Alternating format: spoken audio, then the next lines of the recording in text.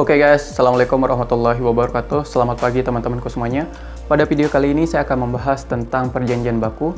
Tapi sebelum saya membahas lebih luas lagi terkait dengan perjanjian baku, pertama-tama saya ingin menyampaikan bahwa pasti teman-teman di sini pernah mendengar istilah karcis parkir dan struk belanja. Nah, karcis parkir dan struk belanja merupakan salah satu contoh dari perjanjian baku. Yang akan kita bahas dalam video kali ini adalah apakah perjanjian baku dalam karcis parkir dan struk belanja dibolehkan menurut undang-undang. Kita akan bahas dalam video kali ini.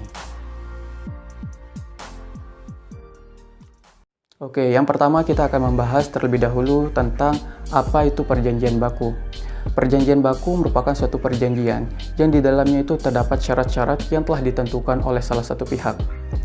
Yang jadi pertanyaan kita adalah apakah perjanjian baku ini dibolehkan atau tidak dalam undang-undang?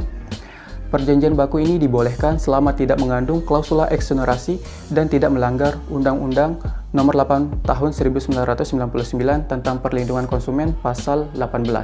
Kita akan membahas apa itu klausula eksonerasi dan apa itu klausula yang terlarang menurut Undang-Undang Perlindungan Konsumen. Yang pertama, apa itu klausula eksonerasi?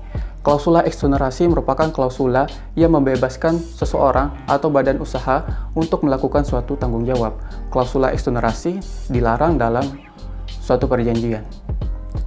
Kemudian yang kedua, terkait dengan klausula-klausula yang terlarang yang terdapat dalam Undang-Undang Nomor 8 Tahun 1999 yang dimana diatur dalam pasal 18. Teman-teman bisa lihat di layar.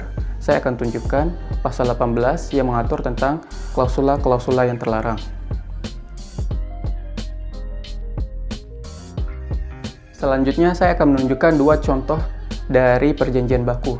Yang pertama adalah perjanjian baku karcis parkir. Bisa teman-teman lihat di layar, ini merupakan salah satu contoh dari perjanjian baku karcis parkir. Di sana terdapat 5 klausula. Kemudian yang jadi pertanyaan kita adalah apakah ini perjanjian baku yang dibolehkan? Jawabannya adalah ini merupakan perjanjian baku yang tidak dibolehkan karena di dalam klausula tersebut, di dalam perjanjian tersebut terdapat klausula eksonerasi dan terdapat klausula yang terlarang menurut pasal 18 Undang-Undang Nomor 8 Tahun 1999 tentang Perlindungan Konsumen.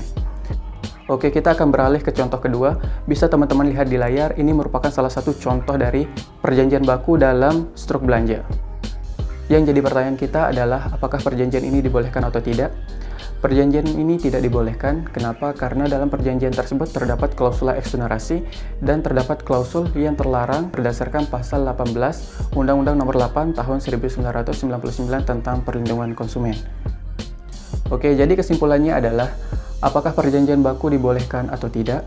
Jawabannya adalah perjanjian baku dibolehkan selama tidak mengandung klausula eksonerasi dan tidak mengandung klausula-klausula yang terlarang dalam Undang-Undang Nomor 8 Tahun 1999 tentang Perlindungan Konsumen Pasal 18.